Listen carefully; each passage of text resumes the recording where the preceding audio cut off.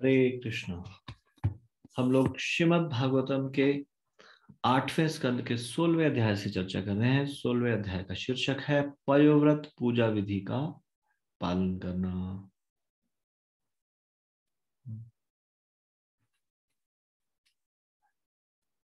तो हम अभी इसका रिवीजन कर रहे हैं और हमने 17वें श्लोक तक रिवीजन किया। अभी हम 18वें श्लोक से आगे का रिवीजन करेंगे।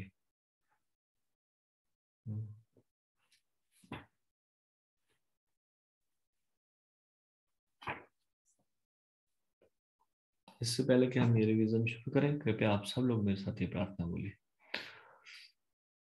ओम नमो भगवते वासुदेवाय। ओम नमो भगवते वासुदेवाय। ओम नमो भगवते वासुदेवाय। नारायणं नमस्कृत्य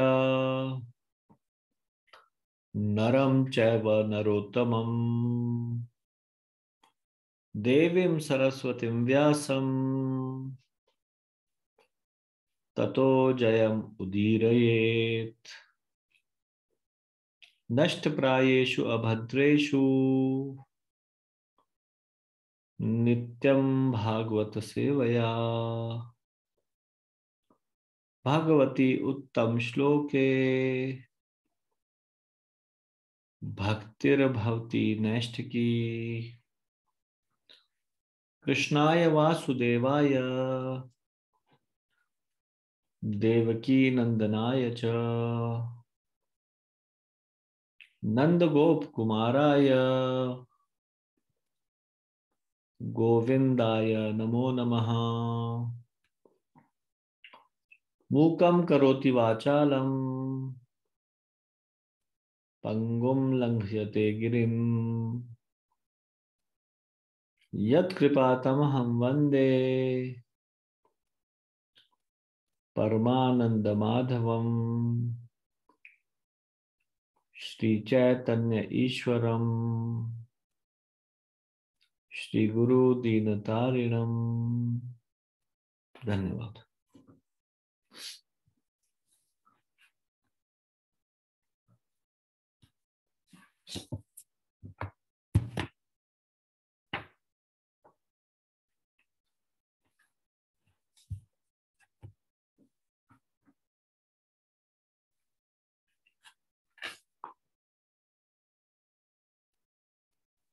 तो पहले 17 श्लोक में अदिति के दुख का कारण, मायूस होने का कारण बताया गया।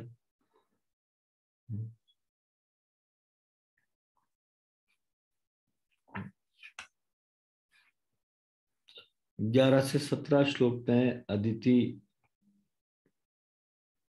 कश्यप मुनि के प्रश्नों का उत्तर देती है। पहले 10 श्लोकों में कश्यप मुनि उनसे कारण पूछते हैं, वो कि क्यों इतना उदास और मायूस है। और जब उनको पता चलता है कश्यप मुनि को कि वो अपने पुत्रों का ऐश्वर्य छिन जाने से दुखी है, तो कश्यप मुनि मुस्कुराते हैं और फिर ये कहना शुरू करते हैं। 18वें श्लोक से 21वें श्लोक तक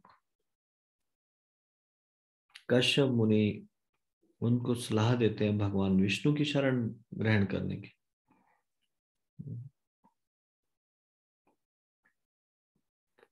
कश्यप मुनि आश्चर्यचकित होते हैं किस प्रकार से पूरा संसार ग्रस्त है इस आसक्ति से। तो 18वें श्लोक में बताया गया है, श्री सुखदेव गोस्वामी ने आगे कहा, जब अदिति ने कश्यप मुनि से इस प्रकार प्रार्थना की तो वे कुछ मुस्कुराए और उन्होंने कहा, ओह, भगवान विष्णु की माया कितनी प्रबल है जिससे सारा संसार बच्चों के स्नेह से बंधा रहता है। देखिए, और स्नेह थोड़े कम भी पड़ जाते हैं, बच्चों का स्नेह है ये बड़ा प्रबल संसार के प्रति आकर्षण होता है। बच्चे, छोटे छोटे पोते पोतियां, उनकी तोतली भाषा बड़ी मीठी लगती है, अच्छी लगती है। और हमेशा उनके लिए चिंता करना, माँ के हृदय में बच्चों के प्रति विशेष आकर्षण रहता है। खुद के भोजन की चिंता हो या ना हो, बच्चों के भोजन की चिंता, और बच्चों के स्नेह से सारा संसार बंधा हुआ है। इस प्रकार से और भी प्रकार की आसक्तियां, और भी प्रकार के स्नेह पाश इस संसार में हमको बांधे रखते हैं।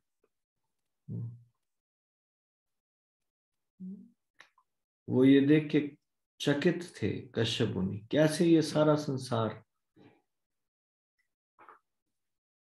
इस स्नेह में बंधा हुआ है। स्नेह बद्धम, स्नेह बद्धम, स्नेह से प्रभावित है। 19वें श्लोक में बताते हैं कि ये सारा रिलेशनशिप इल्यूजरी है, ये सारा का सारा भ्रामक है, ये रिश्ता है ही नहीं, वास्तव में परमानेंट रिश्ता नहीं है। तो 19वें श्लोक में वो उनको बताते हैं, उनको बोलते हैं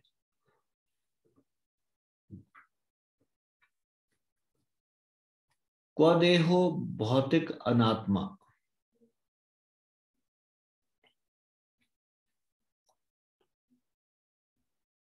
तो बोलते हैं isn't this body made of all but 5 elements? क्या ये शरीर 5 तत्वों का नहीं बना हुआ? क्वच आत्मा प्रकृति है परः, क्या ये आत्मा भौतिक संसार से परे नहीं है या दिव्य स्थिति में नहीं है?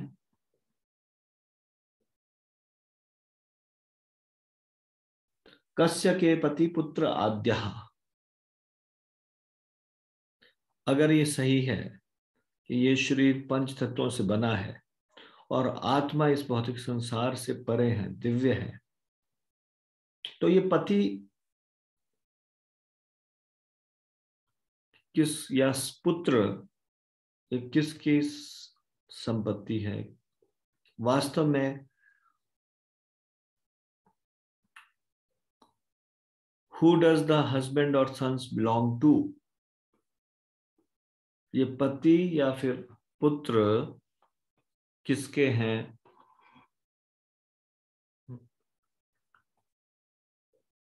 कस्य के पति पुत्रादा, कस्य के प्रति पुत्र आद्या। फिर वो बोलते हैं मोह एव ही कारणम, इस आसक्ति का जो पुत्रों और पति के प्रति है, इसका एकमात्र कारण मोह ही है। मोह के अलावा और कोई कारण नहीं है। मोह के कारण ही हम समझते हैं ये पुत्र मेरा है, ये पति मेरा है। ना पति मेरा है ना पुत्र मेरे हैं, ये इंडिविजुअल यात्रा है सबकी, अकेली यात्रा। अलग अलग समय में आए, अलग अलग समय में जाएंगे, और अलग अलग, अकेले आए अकेले जाएंगे, ये कोई साथ नहीं जाएंगे, ना पुत्र ना पति। तो कश्यप मुनि अपनी पत्नी को समझा रहे हैं। जब वो दुख प्रकट करती है, ओह मेरे पुत्र दुखी है, इस कारण से मैं भी दुखी हूं, तो फिर वो इस प्रकार से उनको बोलते हैं क्या ये शरीर 5 तत्वों का बना हुआ नहीं? ये शरीर 5 तत्वों का नहीं है? क्या आत्मा ट्रांसेंडेंटल नहीं है? तो फिर पति और बच्चे किसके हैं, किसकी संपत्ति है? हम सब भगवान की संपत्ति है, सारी जीवात में। मोह ही कारण है ये मोह कारण है जो इस प्रकार की आसक्ति हमें होती है।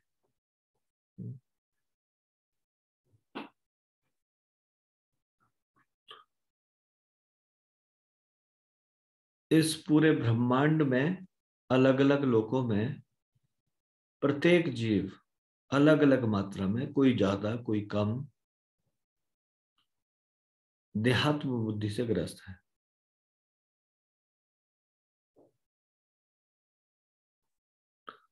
ये सत्य को समझना कि शरीर आत्मा से अलग है तब तक संभव नहीं जब तक हम आध्यात्मिक रूप से उन्नत नहीं होंगे।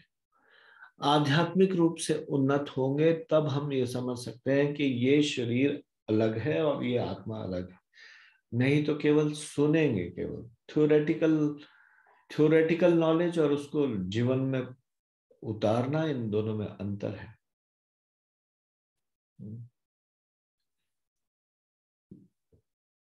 तो कौन जीवन पे उतार पाएगा? कौन जो आध्यात्मिक रूप से उन्नत होगा वही उसको जीवन में उतार पाएगा।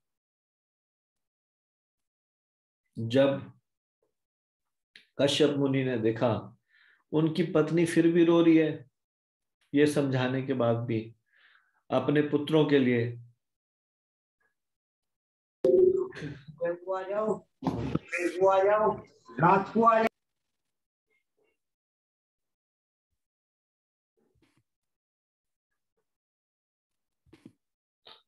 तो फिर उन्होंने देखा कि उनकी पत्नी का मोह दूर नहीं हो रहा। तो फिर वो उनको भगवान विष्णु की पूजा करने की सलाह देते हैं, क्योंकि भगवान विष्णु की पूजा जब हम करते हैं तो भगवान हमारी इच्छा भी पूरी करेंगे और हमारे हृदय से ये भौतिक इच्छाओं को भी हटा देंगे। तो वो देखते हैं कि उनके प्रयास से कुछ नहीं हो रहा, तो जिनके शरण में जाने से होगा उनके उनको उनकी भक्ति करने का सलाह देते हैं। वो कहते हैं ठीक है, तुम अपने बच्चों का दुख दूर करना चाहते हो तो फिर विष्णु की शरण में जाओ, विष्णु की भक्ति करो, उससे तुम्हारी इच्छा पूरी होगी। लेकिन उनको मालूम है इच्छा ही पूरी नहीं होगी, उससे उनके हृदय में का ये कलमश भी निकल जाएगा। भगवान की भक्ति करते हैं तो हमारे हृदय से कलमश निकलता है। तो इसलिए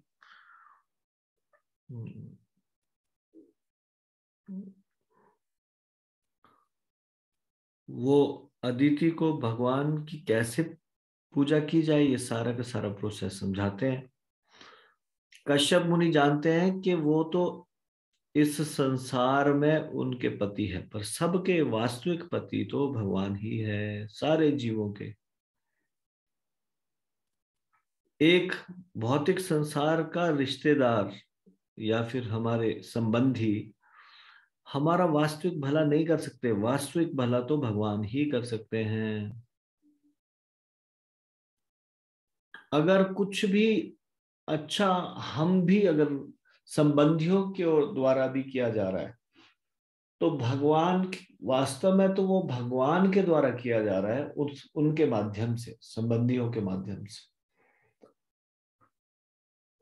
लेकिन कश्यप मुनि की बात जब उनको नहीं समझ में आती तो फिर वो उनको भगवान की शरण में जाने के लिए प्रेरित करते हैं।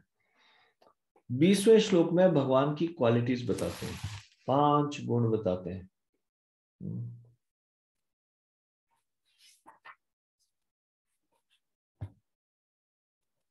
वो कहते हैं हे अदिति,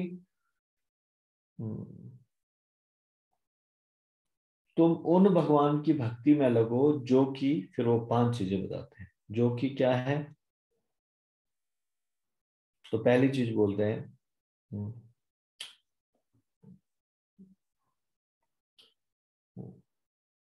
भगवंतम।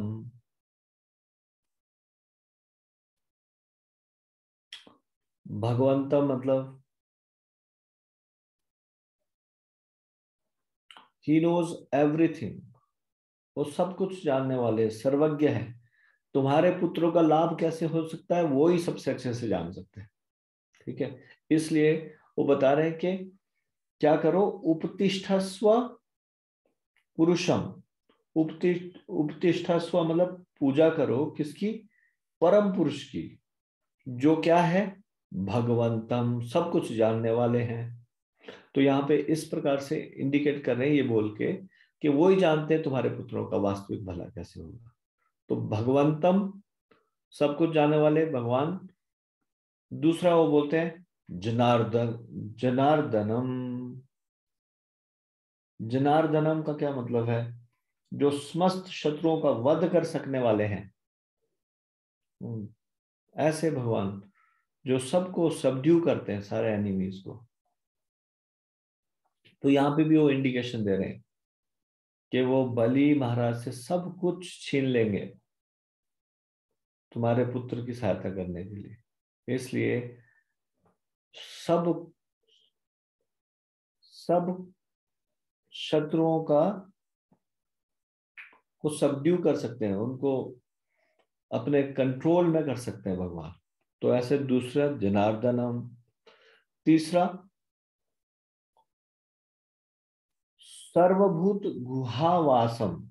सर्वभूत गुहावासम मतलब, सर्वभूत मतलब प्रत्येक प्राणी के, गुहावासम हृदय में वास करने वाले। ये भगवान सबके हृदय में बैठे हैं, सबके मन के अंदर क्या चल रहा है उनको जानने वाले। तो यहां वो इंडिकेट करना चाहते हैं कि वो इंस्पायर करेंगे बलि को कि वो अपने गुरु की का कहना ना माने, क्योंकि वो सब उन बलि महाराज के हृदय में बैठे हैं। तो ऐसे उसको हृदय से ही अंदर से इंस्पायर करेंगे। और जब वो अपने गुरु का कहना नहीं मानेंगे तो फिर उस कारण से वो थोड़ा सारा ऐश्वर्य खो बैठेंगे, और वो ऐश्वर्य तुम्हारे पुत्र को मिल जाएगा। तो इस प्रकार से इंडिकेशन दे रहे हैं ये चीज कि किन भगवान की पूजा करो, जो कि है भगवंतम जनार्दनम सर्वभूत गुहावासम। फिर बोल रहे हैं वासुदेवम। वासुदेव मतलब वसुदेव के पुत्र, जो अपने आप को शुद्ध सत्व में प्रकट करते हैं। हम्म।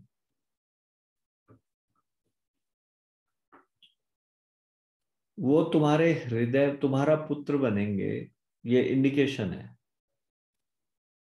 और तुम भक्ति से जब अपने हृदय को की सफाई कर लोगी, तब वो तुम्हारे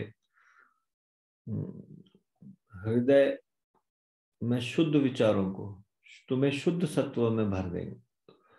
सतोगुण से भी ऊपर शुद्ध सत्व के गुण के स्तर पे ले आएंगे, क्योंकि ही हिमसेल्फ इज शुद्ध सत्व। वासुदेव।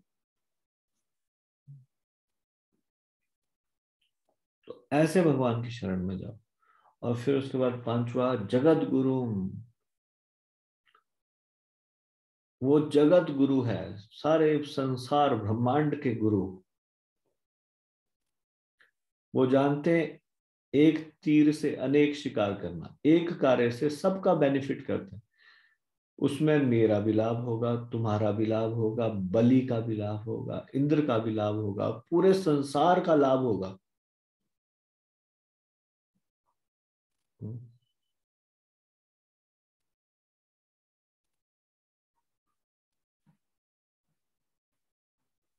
ऐसे भगवान की तो ये पांच चीजें बताई, भगवंतम जनार्दम, सर्वभूत गुहावासम, वासुदेवम, जगत गुरु।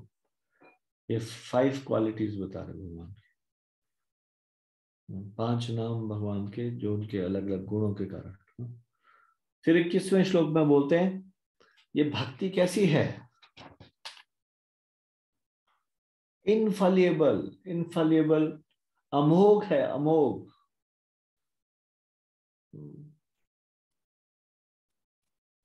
भक्ति करने का इसका फल अक्षय होता है, सदा रहता है। ये कोई पुण्य और पाप थोड़ी नहीं है जो नष्ट हो जाते हैं, कुछ समय पुण्य किया है वो क्षीण हो जाते हैं। भक्ति का फल अक्षय होता है। भगवान अच्युत है, जो कभी भी अपने पोजीशन से नहीं गिरते।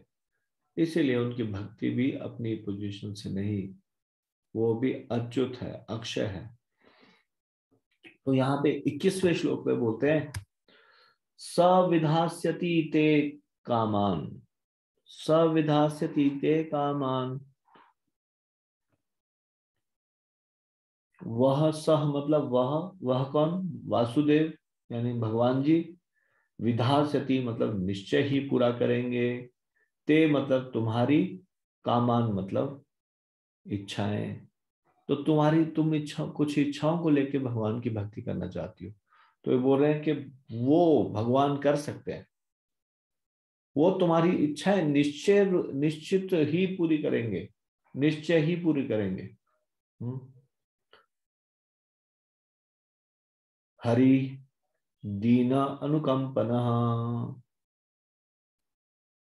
क्योंकि भगवान बहुत ज्यादा दयालु है, कृपालु है दीनों के प्रति, दुखियों के प्रति। जो भगवान को बोलते हैं दीन वत्सल, दीन दयाल, उनके ऊपर दया करने वाले, उनके ऊपर कृपा करने वाले। तो तुम्हारी दीनहीन स्थिति है, तो तुम्हारे ऊपर निश्चित रूप तौर पे भगवान कृपा करेंगे। फिर उसके बाद बोलते हैं अमोघा भगवती, भगवत भक्ति, अमोघा भगवत भक्ति, ये भगवान की भक्ति अमोघ है, उनकी भक्ति अच्युत है।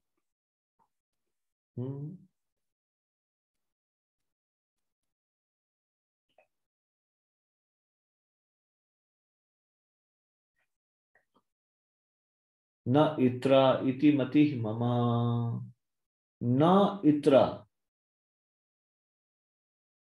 नहीं, इतरा मतलब इसके सिवाय, किसके सिवाय? भगवत भक्ति के सिवाय, इसके सिवाय, भगवत भक्ति के सिवाय और कोई उपाय नहीं है।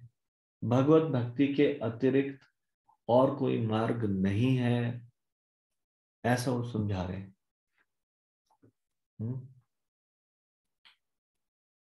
ऐसा मेरा मत है। इति मति ममा, मति मतलब मेरा अभिमत, मम मतलब मेरा, अब मति मतलब अभिमत। तो मेरा ऐसा मानना है कि तुम भगवान की भक्ति करो, भगवान तुम्हारी सारी इच्छाओं को पूरा कर सकते हैं, तुम्हारी इच्छा भगवान जरूर पूरा करेंगे, वो दिनों के ऊपर वत्सल है। तुम भगवान की भक्ति शुरू करो।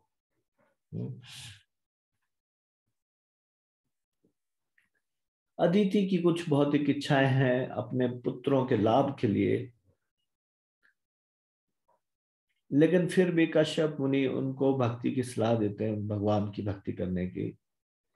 चाहे कोई कर्मी हो, चाहे कोई ज्ञानी हो, चाहे कोई योगी हो, चाहे कोई भक्त हो, हर एक को भगवान के चरणों की शरण ग्रहण करनी चाहिए। भगवान क्या है? दीन अनुकंपन। दीन अनुकंपन मतलब सब, सारे के सबके ऊपर, सारे दीनों के ऊपर।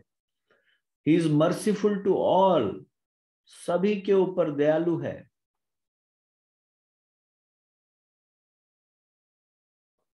कई बार भक्तों के ऊपर दया दिखाने के लिए कई बार उनकी इच्छाओं को पूरा करने से मना भी कर सकते हैं, स्वतंत्र है।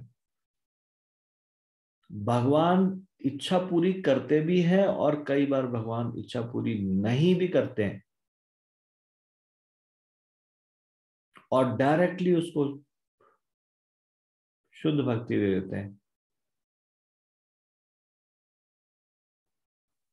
तो भगवान सबसे ज्यादा समर्थ है और भगवान अच्छे से समझते हैं क्या चीज हमारे लिए बेनिफिशियल होगी, क्या इस भौतिक इच्छा को पूरा किया जाना चाहिए या नहीं किया जाना चाहिए। हमारी योग्यता भी देखते हैं, क्या हम उस चीज को संभाल पाएंगे। मान लीजिए कोई बोले मेरी बहुत इच्छा है कि मैं स्वर्ग का राजा बनूं, तो भगवान देख रहे हैं कि स्वर्ग का राजा बनने की तुम्हारी योग्यता ही नहीं है अभी। तो फिर भगवान के सामने जितना मर्जी हाथ जोड़ेंगे, तो भगवान इस चीज को नहीं पूरा करेंगे, और कभी चाहे तो पूरा भी कर देंगे। हम्म। तो 22वें श्लोक से 62वें श्लोक तक अब कश्यप मुनि बता रहे हैं कि भगवान की शरण कैसे ग्रहण करनी है। तो तुम चाहती हो तुम्हारे पुत्रों का कल्याण हो, तो फिर वो अब कैसे क्या किया जाए। पहले अदिति पूछती है 22वें और 23वें श्लोक में। 22वें और 23वें श्लोक में अदिति पूछती है, हे ब्राह्मण, मुझे वह विधि विधान बतलाएं जिससे मैं इस जगत के स्वामी की पूजा कर सकूं और भगवान मुझसे प्रसन्न होकर मेरी समस्त इच्छाओं को पूरा कर दें।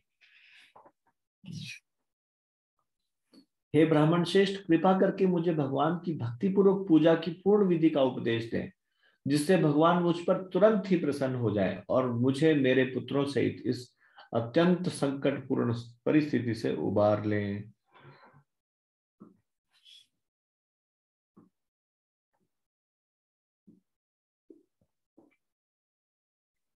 तो प्रभुपाद जी तात्पर्य में बताते हैं कि चार प्रकार के लोग भगवान की शरण में आते हैं। एक तो जो आर्थ होते हैं, डिस्ट्रेस्ड, दुख के कारण। एक अर्थार्थी जो धन की इच्छा से। एक जिज्ञासु जो जिनके जो जानना चाहते हैं, इंक्विजिटिव होते हैं, बहुत सारे प्रश्न होते हैं। और एक जो परम सत्य की खोज कर रहे होते हैं, ज्ञानी। इनमें से अदिति क्या है? आर्थ, दुख के कारण भगवान की शरण में जाना। अब 24वें श्लोक में फिर कश्यप मुनि उत्तर देते हैं, मैं तुम्हें वो विधि बताने जा रहा हूं, ऐसी गुह्य विधि बताने जा रहा हूं जो कि मेरे पिता ब्रह्मा जी ने मुझे बताई थी जब मैं संतान उत्पन्न करने का इच्छुक था। तो ब्रह्मा जी ने मुझे एक विधि बताई थी।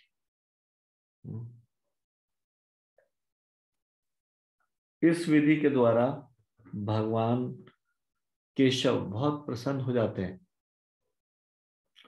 देखिए, अभी वो बाकी संतानों का कैसे लाभ हो उसके बारे में पूछ रही है, ये एक नई संतान का की विधि बता रहे हैं।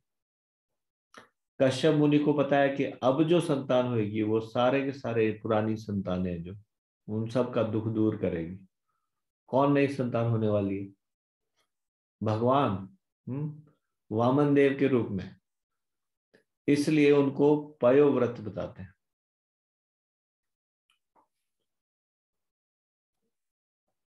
पहले के समय में गर्भाधान संस्कार करने से पहले पयोव्रत करते थे लोग। अदिति तो भाग्यशाली है, उनको भगवान जैसा पुत्र मिला। पर ना तो कोई अदिति की तरह व्रत कर सकता, ना कोई इस इतना स्ट्रिक्टली फॉलो कर सकता। लेकिन पयोव्रत विधि का पालन किया जाता था क्योंकि ये भगवान ब्रह्मा जी के द्वारा बताई गई है। अभी भी अगर आप देखेंगे इस्कॉन की गर्भाधान संस्कार की एक पुस्तक है, उसमें पयोव्रत के लिए बताया गया है। अगर कर सके तो पयोव्रत करना चाहिए संतान उत्पत्ति से पहले। पयोव्रत जितना कठिन तरीके से इसमें बताया है उतने कठिन तरीके से ना हो पाए तो कम कठिन तरीके से। पयोव्रत में 12 दिन तक केवल दुग्ध आहार पे रहा जाता है। तो ऐसा कठिन है ये व्रत, आसान नहीं है। लेकिन इसको इजी वे में करते हैं कुछ भक्त लोग। जैसे वो केवल फल पे रहते हैं कई, या फिर कोई एक समय भोजन करेंगे सिर्फ दिन में, बाकी समय फलाहार करेंगे। और इस प्रकार से जो ये विधि है इस प्रकार से पालन करेंगे। अगर ऐसा नहीं भी कर रहे हैं तो भी भगवान का हर समय भजन कर रहे हैं तो जैसा भी संतान भगवान देंगे। भगवान की इच्छा, हमारे पिछले जन्मों के कर्मों के अनुसार हमारे भाग्य में जो जिस प्रकार की संतान होगी वैसे मिलेगी। तो ये पयोव्रत विधि है। पयोव्रत विधि को अभी वो बताने जा रहे हैं। पयोव्रत विधि से एक उत्तम संतान उत्पन्न होती है। पयोव्रत विधि क्या है? उत्तम संतान प्राप्त करने का एक तरीका। लेकिन वो तो अपने जो संतान है देवता, उनको कष्टपूर्ण स्थिति से कैसे बचाया जाए ये जानना चाह रही है। और वो ये और ये पयोव्रत विधि के बारे में बता रहे हैं, क्योंकि कश्यप मुनि जानते हैं भविष्य के बारे में क्या होने वाला है। तो पयोव्रत विधि तो कश्यप मुनि जी कहते हैं 24वें श्लोक में,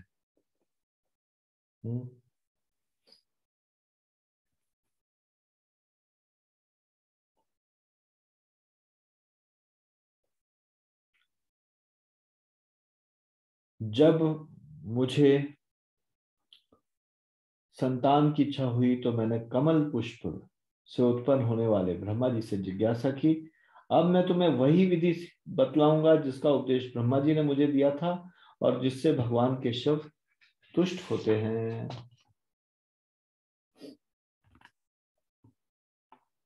अब देखिए यहाँ पे ये भी बताया गया है कि वन मस्ट अप्रोच ए गुरु।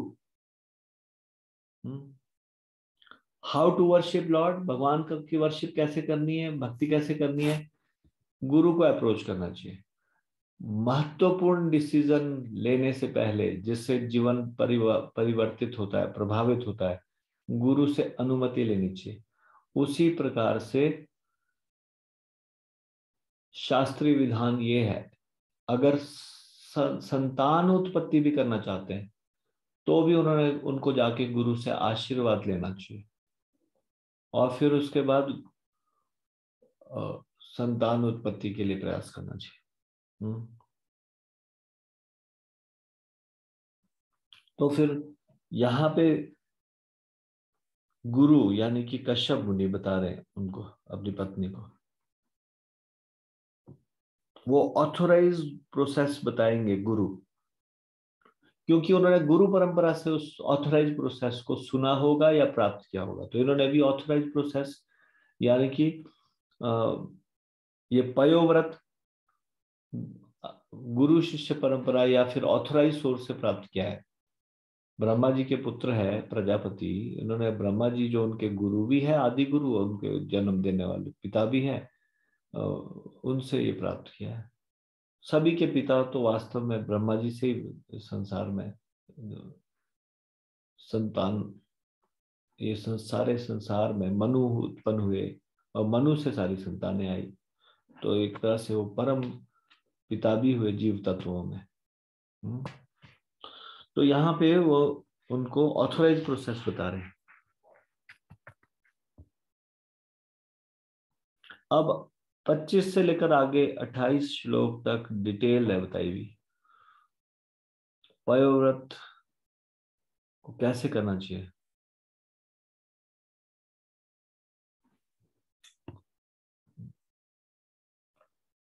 और फिर 29 से 37 तक तो मंत्र बताए गए और कुछ रूल्स एंड रेगुलेशन उसके आगे बताए गए।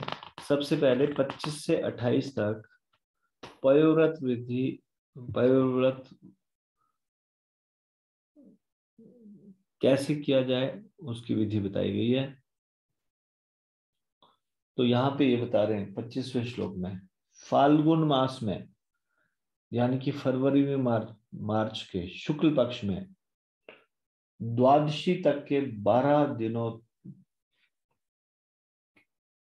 तक, मतलब कि प्रतिपदा द्वितीया तृतीया, हाँ, ये द्वादशी तक केवल दूध पर आश्रित रहकर व्रत रखना चाहिए और भक्ति पूर्वक कमल नयन भगवान की पूजा करनी चाहिए।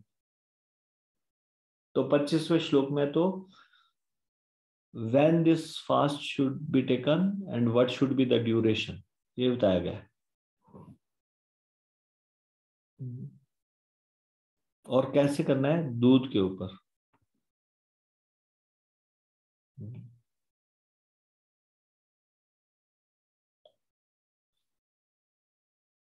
अर्च अर्चयात अर्चयेत अरविंद अक्षम भगवान की पूजा करनी करनी है 12 दिन तक। अरविंद अक्षम, कमल नयन भगवान की। और कैसे करनी है? भक्त्या परमया अन्विता,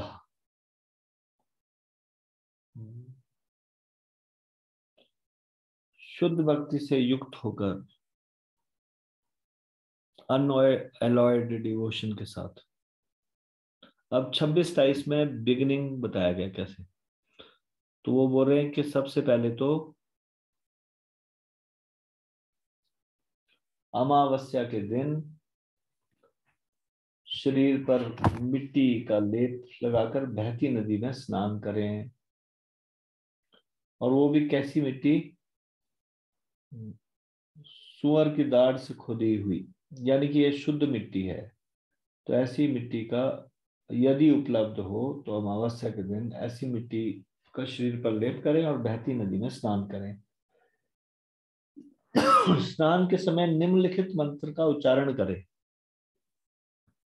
वो मंत्र है, त्वं देवी आदिवराहेण रसाया स्थानम इच्छता, उद्धृता असि नमः तुभ्यं पापनमानं मे प्रणाशय।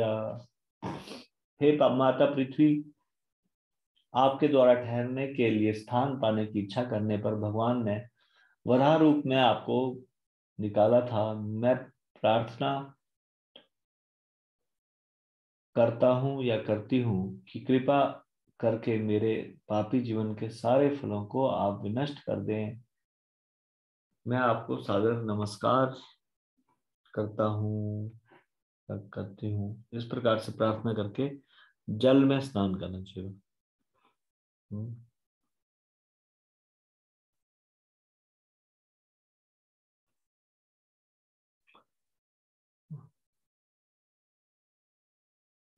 फिर 28वें श्लोक में बताया गया है कि प्रतिदिन डेली वर्शिप के बारे में बताया गया। डेली स्पिरिचुअल ड्यूटीज परफॉर्म करनी पड़ेगी। और क्या है ये आध्यात्मिक कार्य है? स्पिरिचुअल ड्यूटीज बड़े मनोयोग के साथ करना पड़ेगा, नित्य करना पड़ेगा। भगवान के अर्च विग्रह की पूजा, गुरु की पूजा, अग्नि की पूजा, जल की, सूर्य की और वेदी की पूजा।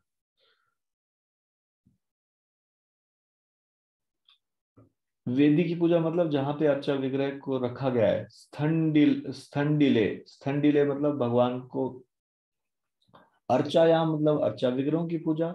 स्थंडिले उस स्थान की पूजा जहां पे अर्चा विग्रह को रखा गया है। सूर्य को, जले जल को, वाहनो अग्नि को और गुरु को, इन सब को, इन सब की पूजा करनी। फिर 29 से 37वें श्लोक तक ये सारे मंत्र बताए गए हैं। ये मंत्रों का जाप करना है। 29वें श्लोक का मंत्र क्या, 29वां क्या मंत्र है? इसमें भगवान को प्रणाम किया गया है और भगवान के कुछ गुणों का वर्णन किया गया है कि मैं प्रणाम करता हूं ऐसे भगवान को। कैसे भगवान को? तो बताया गया है, पुरुषाय महीयसे, जो सभी पुरुषों में श्रेष्ठ है, परम पुरुष है, greatest of all the persons. मैं सादर नमस्कार करता हूं, प्रणाम करता हूं ऐसे भगवान को जो सर्वभूत निवासाय, सबके हृदय में वास करते हैं। और तीसरी चीज बोल रहे हैं, मैं प्रणाम करता हूं ऐसे भगवान को वासुदेवाय साक्षिणे, जो सर्वत्र निवास करते हैं, यानी कि सबके साक्षी है। साक्षिणे मतलब साक्षी होना, समस्त सभी चीजों के साक्षी है, सबके साक्षी है। हे भगवान, हे महानतम, हे सबके हृदय में वास करने वाले तथा जिनमें सभी जीव वास करते हैं, हे प्रत्येक वस्तु के साक्षी, हे सर्वश्रेष्ठ, मैं सर्वव्यापी पुरुष वासुदेव, हे सर्वव्यापी पुरुष वासुदेव, मैं आपको सादर नमस्कार करता हूँ। तो ये 29वां श्लोक था। अब 30वें श्लोक में फिर से क्वालिटीज बता रहे। नमः अव्यक्ताय, मैं आपको नमस्कार करता हूं जो कि अव्यक्ताय है। अव्यक्ताय मतलब भौतिक आंखों से नहीं देखे जाते।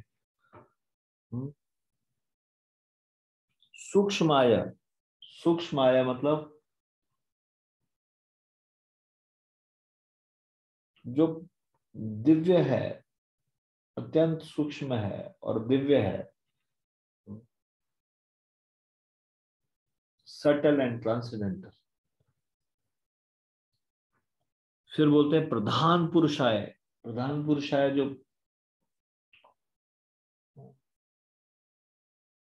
प्रधान पुरुषाय परम पुरुष है।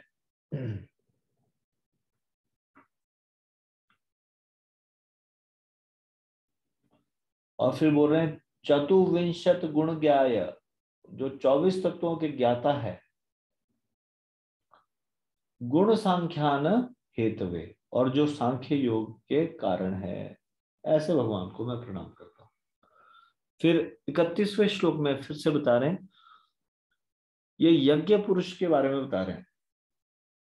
यज्ञ पुरुष का को इस प्रकार से डिस्क्राइब किया जाता है। तो वो बोल रहे हैं कि मैं नमस्कार करता हूं ऐसे भगवान को जो द्विशीर्ष है, 2 सिरों वाले हैं।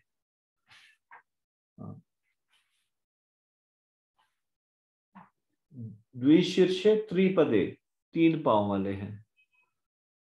चतुश्रृंगाय, 4 सिंगों वाले हैं। और फिर बोल रहे हैं चतुश्रृंगाय तंतवे, फिर बोलते हैं सप्त हस्ताय यज्ञाय, जो 7 हाथों वाले हैं।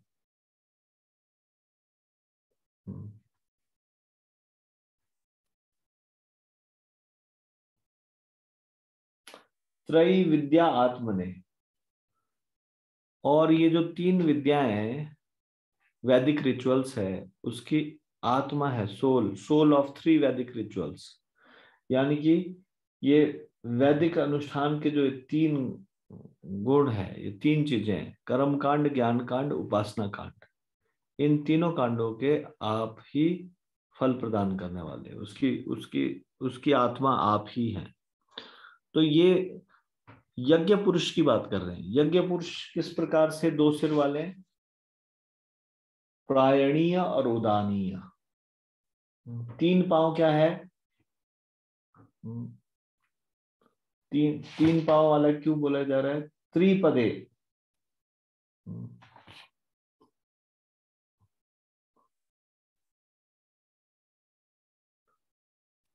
3 पीरियड्स ऑफ द डे, सवंत्रय, ये यज्ञ परफॉर्म करने के लिए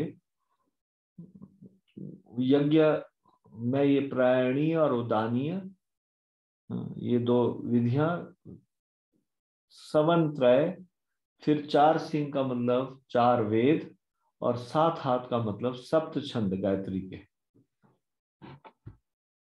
ठीक है। और जो लास्ट में बताया गया त्रयी विद्यात्मा ने, वो ये 3 विद्या है, कर्म कांड, ज्ञान कांड, उपासना कांड। इन तीनों कांडों को जो यज्ञ के रूप में विस्तार देते हैं। तो यही 31वां श्लोक होगा। अब 32वां श्लोक, उसमें भगवान को बोला गया शक्तिधरा। तो जिनका एक स्वरूप भगवान शिव के समान, शिव के रूप में भी है, यानी कि रुद्र के रूप में भी आप ही हो।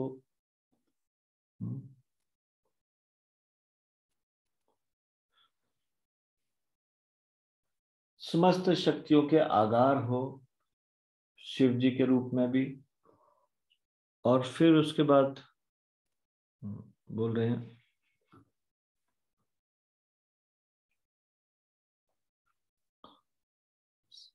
सर्व विद्याधिपतये, समस्त ज्ञान के भंडार हो, और भूतानाम पते, सारे जीवों के आप परम स्वामी हो, आपको मैं नमस्कार करता हूं। फिर 33वें श्लोक में हिरण्य गर्भ बोल रहे हैं, यानी कि आप ही ब्रह्मा के रूप में हो। हिरण्य गर्भ का मतलब होता है चार सिरों वाले जो है, तो चार सिरों वाले हिरण्य गर्भ यानी कि ब्रह्मा के रूप में आप ही स्थित हो। आप क्या हो? सारे विश्व के जीवन के स्रोत हो। प्राण,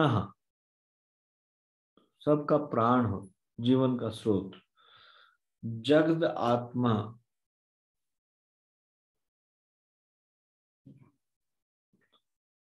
आप परमात्मा हो सारे जीवों के। और फिर उसके बाद बता रहे हैं योग ऐश्वर्य श्रीराय।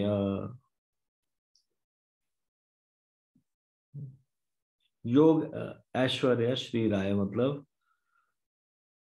जिनका, जो समस्त योग शक्ति के स्वामी हैं। फिर 34वें श्लोक में बोल रहे हैं आदि देवा, आप ओरिजिनल पर्सनैलिटी है गॉड हेड की, यानी कि आप ही आदि देव है। साक्षी भूताय, सब चीजों को विटनेस करते हैं, जो सबके हृदय में बैठ के परमात्मा के रूप में कौन क्या कर रहा है। और आप ही मनुष्यों के रूप में नर नारायण ऋषि हो। तो ये 34वें श्लोक होता है। 35वें श्लोक में फिर से चार चीजें बोल रहे हैं उनको। मरकट श्यामा, यानी कि जिनका शारीरिक कांति कैसी है, मरकत मणि के समान।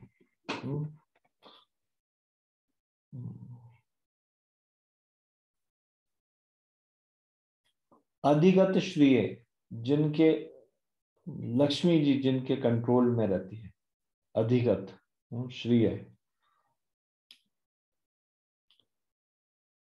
पीतवास से, आप कैसे हैं, पीतांबर पहनने वाले भगवान है।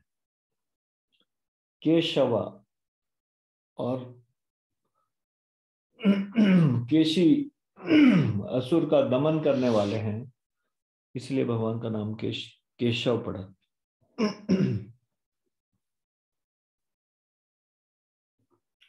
और 37वें श्लोक में बोलते हैं कि आप ही देवताओं के द्वारा पूजे जाने वाले हो, लक्ष्मी जी के द्वारा पूजे जाने वाले हो, जो सदा आपके चरणों की सेवा में लगी रहती है।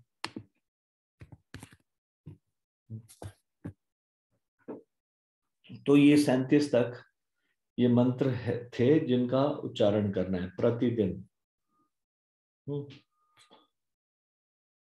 फिर 38 से 49 तक बताया गया है बाकी रूल्स एंड रेगुलेशन। तो बाकी रूल्स एंड रेगुलेशन क्या है? 38वें श्लोक में बोला है सबसे पहले भगवान का वेलकम करना चाहिए इन मंत्रों के द्वारा जो अभी पहले पढ़े गए। 29 से 37 तक मंत्रों को तो नहीं हमने पढ़ा, हमने उसके अर्थ लिए अभी, पहले श्लोक पढ़े थे, है ना। मतलब 27वां जो मंत्र है वो वाला मंत्र, और उसके बाद फिर 29 से 37। 28वें में तो जस्ट बताया क्या कर रहे हैं, डेली वर्शिप करनी है किन किन चीजों की।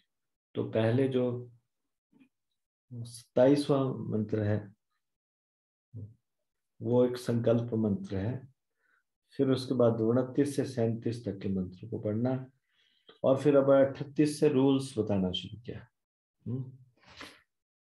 रूल्स क्या बताया? पहले तो इन मंत्रों को पढ़ के भगवान का स्वागत करना है एकदम श्रद्धा के साथ, भक्ति के साथ। और फिर उनको अलग अलग पूजा की वस्तुएं अर्पित करनी है।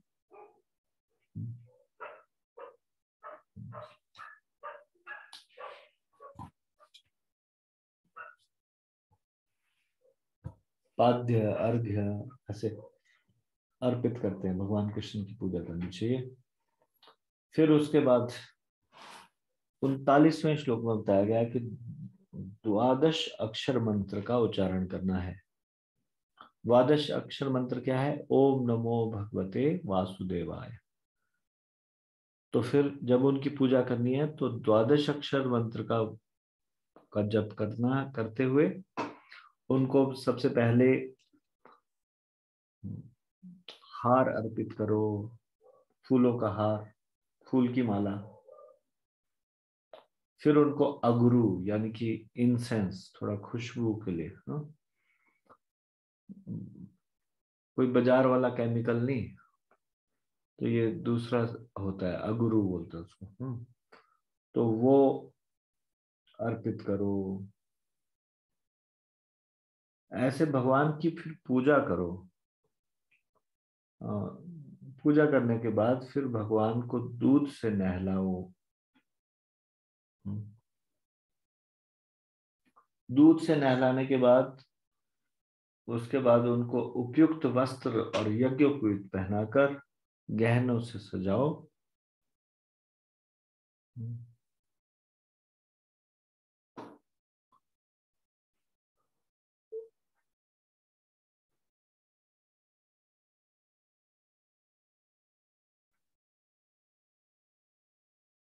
और उसके बाद भगवान के चरणों का प्रक्षालन करने के लिए जल अर्पित करके सुगंधित पुष्प, अगरू और अन्य सामग्री से भगवान की पुनः पूजा करनी चाहिए। तो ये 39वां श्लोक। फिर उसके बाद बोल रहे हैं उसके बाद क्या करना है। उसके बाद एकदम से फाइन राइस, अच्छी क्वालिटी का राइस, हाँ,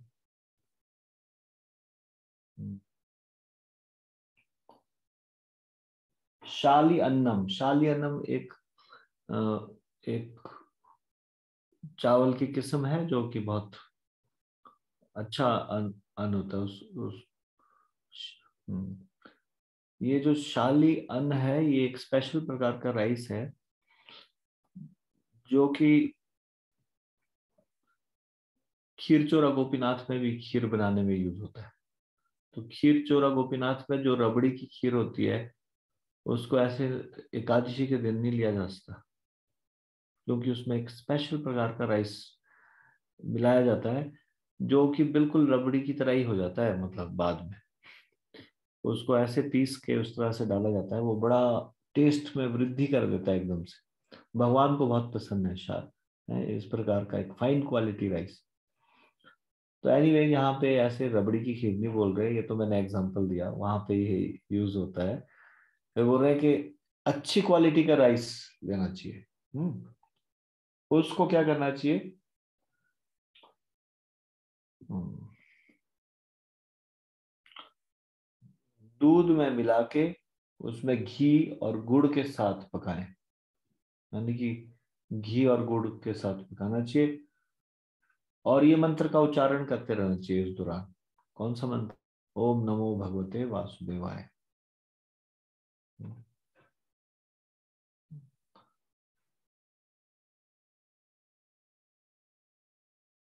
और उसके बाद अग्नि में उसकी आहुति डालनी चाहिए।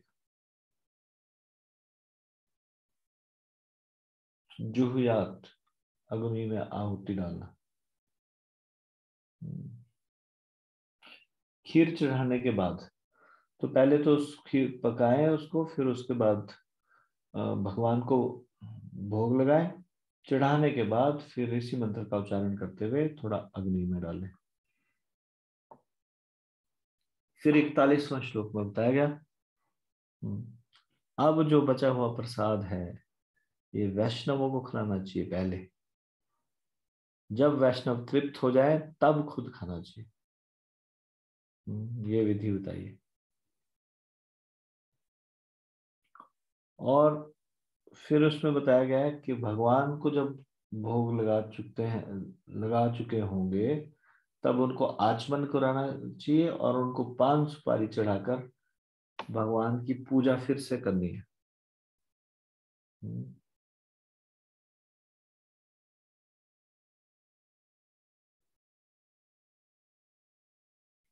फिर 42वें श्लोक में बताया गया है, अब एकदम से साइलेंटली, एकदम शांत बैठकर 108 बार इस मंत्र का उच्चारण करना है, उसी मंत्र का, ओम नमो भगवते वासुदेवाय। भगवान की महिमा की स्तुति करनी है, भगवान की प्रदक्षिणा करना है और अंत में परम संतोष और प्रसन्नता पूर्वक भूमि पर प्रणाम करना है, साष्टांग प्रणाम। अब 43वें श्लोक में बताया गया, जो भगवान को अर्पित किए गए फूल थे उसको लेके अपने सिर पे छुआ के किसी पवित्र स्थान पे रख देना है। और जो ये खीर बनाई थी उसको कम से कम 2 ब्राह्मणों को खिलाना है। मतलब वैष्णव को खिलाना है तो कम से कम 2 वैष्णव होने चाहिए। और जब वो खा चुके हैं तो उनकी अनुमति लेके फिर ग्रहण करना है खुद। रात्रि के समय ब्रह्मचर्य का पालन करना है। अगले दिन फिर से भगवान की पूजा करनी है जैसे कि पहले दिन की गई थी। ऐसे प्रतिदिन करते करते 12 दिन तक पूजा करनी है। ये है पयोव्रत की विधि।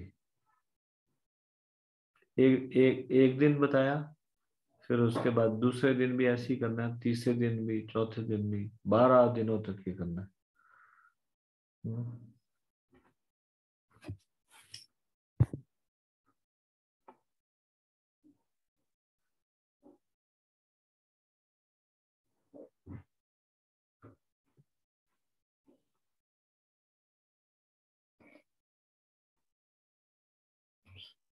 जब ये लिखा था कि वैष्णव को देना है और उसके बाद उनकी परमिशन से थोड़ा सा प्राप्त कर सकते, क्योंकि वो तो दूध के व्रत पे ही है। तो इसमें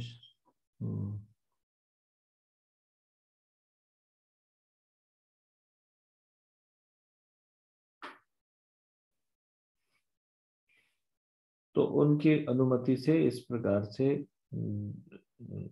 उसका थोड़ा सा पार्ट ले सकते हैं, बाकी समय पे केवल दूध पे ही रहना है।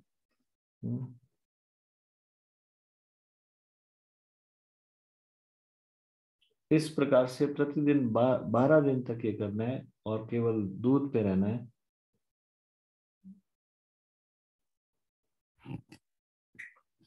तो ये बताया गया 46वें 47वें श्लोक में। अब 48वें श्लोक में बताया गया है ये कब शुरू होना चाहिए। प्रतिपदा पहला दिन होना चाहिए, त्रयोदशी तक,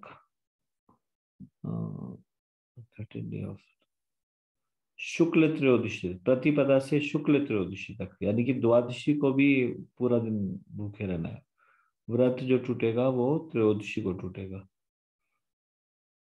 इस दौरान पूर्णतः ब्रह्मचर्य का पालन करना है, जमीन पर, भूमि पर सोना है, दिन में 3 बार स्नान करना है और इस प्रकार से इस व्रत का पालन करना है। इस 12 दिनों में भौतिक विषयों पर चर्चा नहीं करनी है, इंद्र तृप्ति के कार्य नहीं करने हैं, ईर्ष्या से बचना है,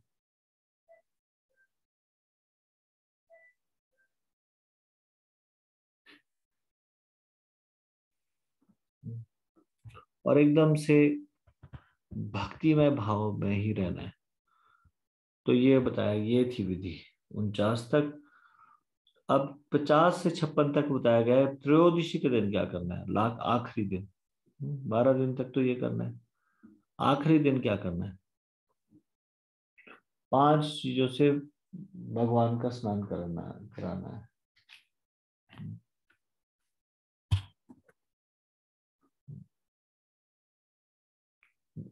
पंचामृत स्नान। पंचामृत स्नान क्या होता है? दूध, दही, घी, और श- शक्कर और हनी। यहाँ पे बताया गया है, bathe the Lord with these 5 substances।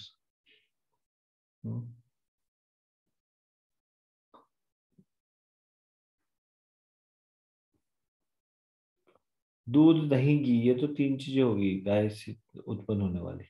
इसके अलावा शक्कर और फिर ये हनी। हनी मतलब शहद।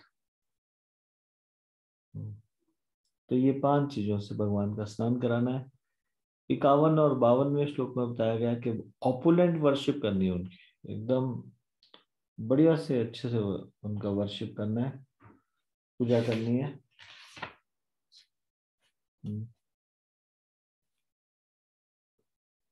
कंजूसी को त्याग कर, ऐसा लिखा है इसमें। वित्त शाठया, कंजूसी की मनोवृत्ति को विवर्जिता, त्याग कर। यानी कि जरा भी किस में कौन सी चीज सस्ती आती है ऐसा नहीं, एकदम से थोड़ा सा उदार चित्त वाला बन के।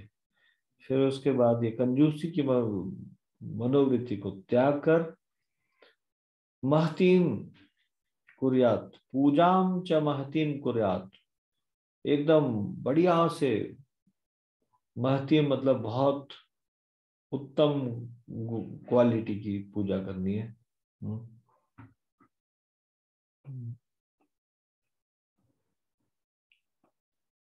Gorgeously, gorgeous worship. पुरुष सूक्त का पाठ करना है।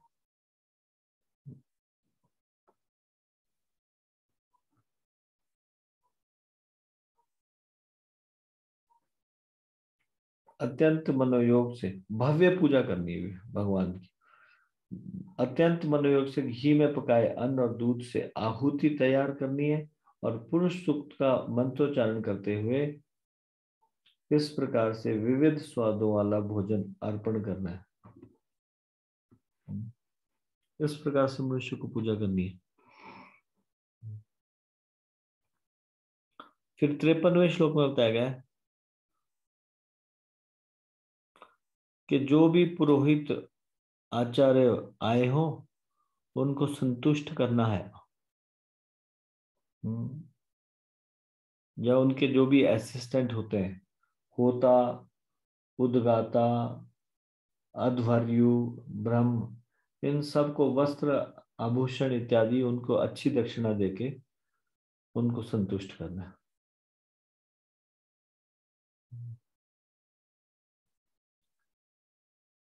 ये प्रोसेस जो है इसको बोलते हैं विष्णु आराधना।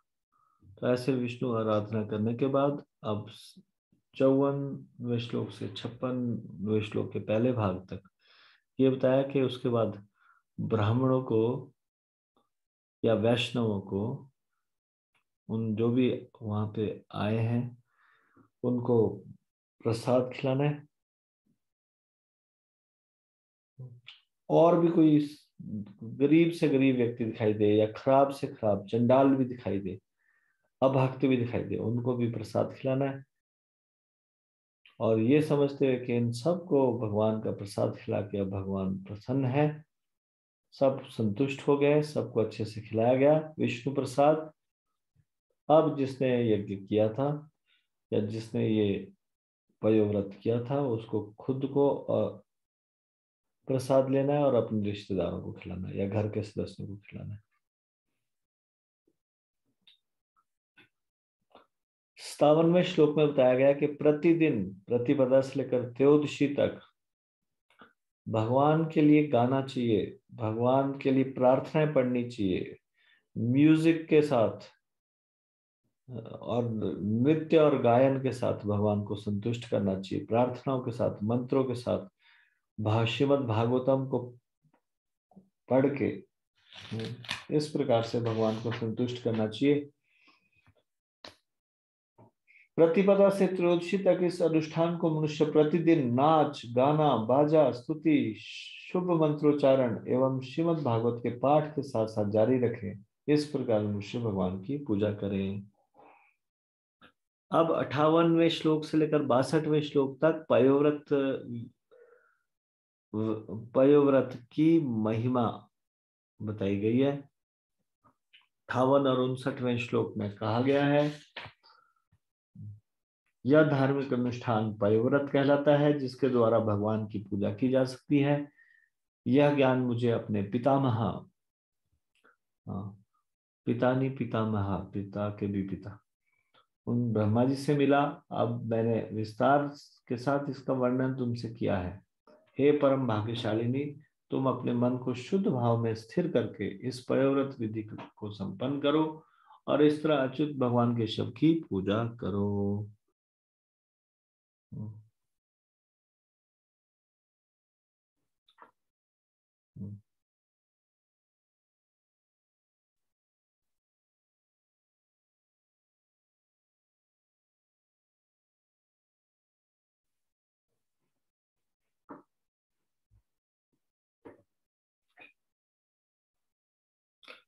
इस संसार में जितने भी यज्ञ है, जितने व्रत है, उन सब का फल मिल जाएगा अगर इसको अच्छे से करेंगे, पयोव्रत व्रत को करेंगे।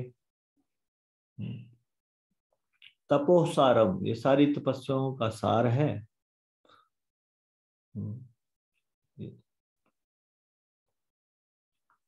तपोसारम दानम, ये एक दान देने की एक प्रक्रिया है और ईश्वर को प्रसन्न करने की एक प्रक्रिया है, ईश्वर तर्पणम।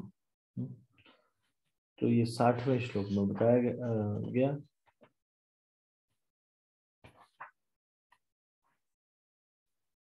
इस यज्ञ को संपन्न करने से अन्य सारे यज्ञ स्वतः संपन्न हो जाते हैं।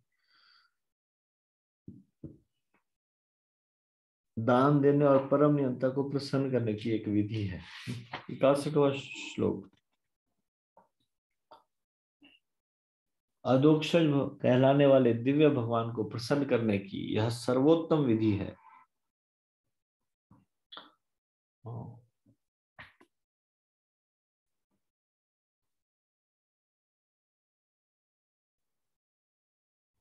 यह समस्त विधि विधानों में श्रेष्ठ है, यह सर्वश्रेष्ठ तपस्या है, दान देने की और यज्ञ की सर्वश्रेष्ठ विधि है। तो जैसे बताया था ना, इसको विष्णु आराधना भी बोलते हैं। 53वें श्लोक में बताया था विष्णु आराधना। उसमें ये शब्द आया था वीर विष्णु आराधना, तत्विधा आराधनम हरे। तो सारी की सारी पूजाओं में विष्णु की पूजा सबसे श्रेष्ठ है। राधना नाम सर्वेशम विष्णु आराधनम परम।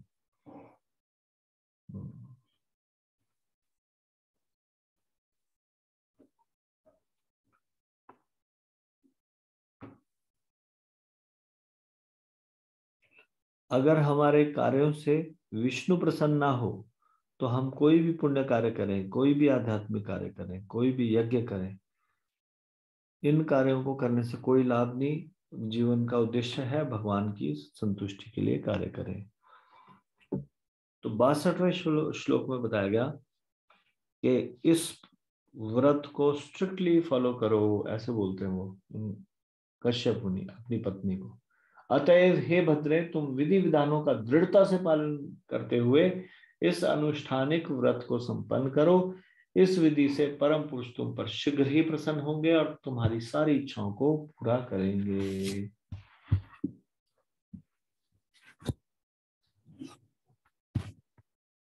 तो इस प्रकार से ये अध्याय का रिवीजन समाप्त होता है। ये पयोव्रत विधि थी, पयोव्रत विधि जिससे कि उत्तम संतान प्राप्त होती है। कल या अगले प्रवचन में हम 17वें अध्याय को पढ़ेंगे। 17वां अध्याय है, भगवान को अदिति का पुत्र बनना स्वीकार। इसमें कुल 28 श्लोक है, ये थोड़ा छोटा ये अध्याय। 7 बजे शुरू हो जाएगी आज क्लास।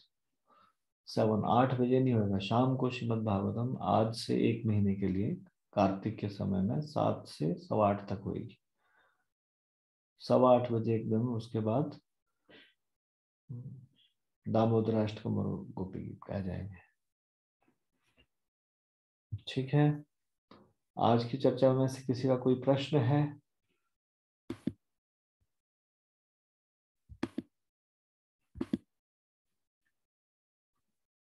प्रश्न या टिप्पणी? अचिंत्य गौर प्रभु, यस प्रभु जी बताइए। हरे कृष्ण प्रभु जी। हरे Krishna ji. Thank you so much प्रभु जी आज के श्रीमद् भागवतम लेक्चर के लिए। प्रभु जी मेरा प्रश्न ये था, Prabhu ji what does make difference between devotional service और ध्रुव महाराज? क्योंकि जब ध्रुव महाराज भी प्रभु जी किसी इच्छा से कर रहे हैं तो वो प्रभु जी बिल्कुल शुद्ध हो जा रहे हैं, प्योर हो रहे हैं। तो प्रभु जी क्या इंटेंसिटी का डिफरेंस है? जैसे अदिति भी भगवान की मतलब इच्छा कर रही है, इच्छा के लिए भक्ति कर रही है, तो प्रभु जी उतना प्योरिफिकेशन मतलब उतना हृदय में वो इच्छा जो जैसे ध्रुव महाराज की खत्म हो जाती है, तो प्रभु जी ये अदिति के जो हृदय से प्रभु जी इससे पहले भी प्रभु जी ये क्या मतलब दोनों में तीव्रता में अंतर है प्रभु जी या भक्ति मतलब ये सब?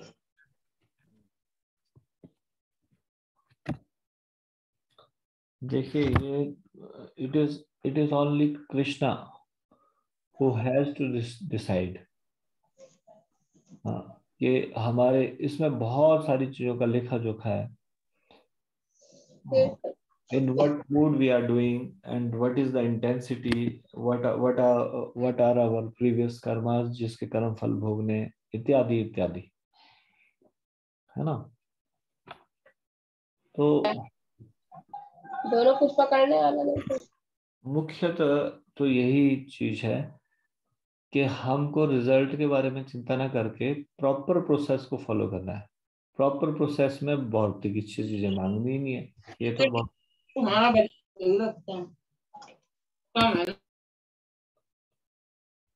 ये तो भौतिक इच्छाओं की बार बार उसमें भी भौतिक इच्छाएं थी। भौतिक इच्छाएं मांगने से बहुत लंबा समय लग जाएगा, नहीं होगा, हो रहा है। जन्म में हम जा नहीं पाएंगे। इस कारण से हमको शुद्ध भक्ति करनी है। भौतिक इच्छाओं से जो मांगते हैं उनको भगवान किसको जल्दी तुरंत खुश होकर दे देना है, किसको नहीं देना है, वो भगवान की इच्छा पे निर्भर करता है। तो हम ऐसा प्रोसेस जाने ही क्यों कि भौतिक इच्छा से कैसे करेंगे कि जो शुद्ध भक्ति मिले।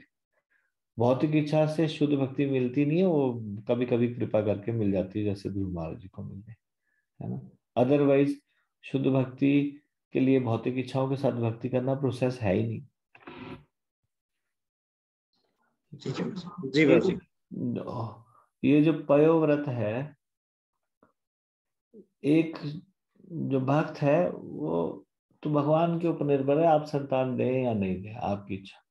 फिर भी संतानोत्पत्ति की प्राप्ति के लिए उसमें भी विदाउट डिजायर कि आप मुझे चाहिए चाहिए, जैसे है ना, इस प्रकार से कोई व्रत कर भी सकता है कोई भक्त।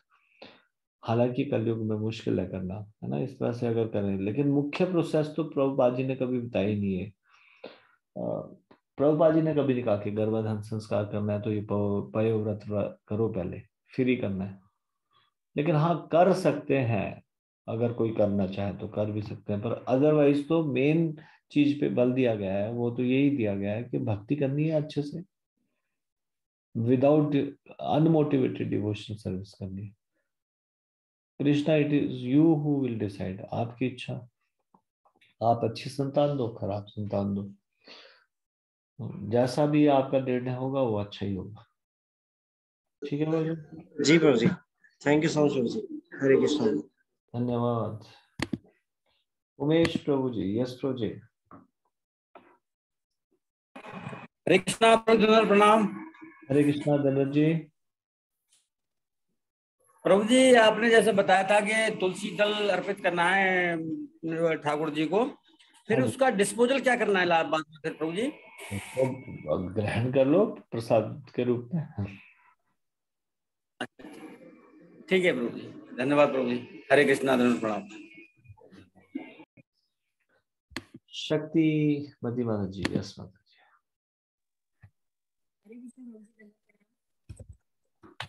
आवाज बहुत कम आ रही है माता जी। हरे कृष्णा प्रभु जी, दंडवत प्रणाम। अब आई प्रभु जी? यस माता जी।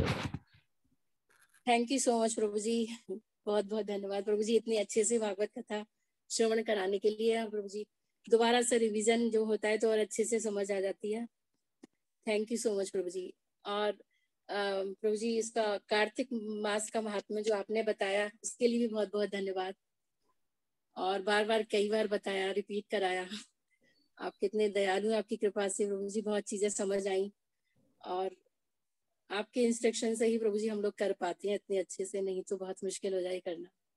थैंक यू सो मच प्रभु जी, यही कहना था प्रभु जी। थैंक यू, धन्यवाद माता जी।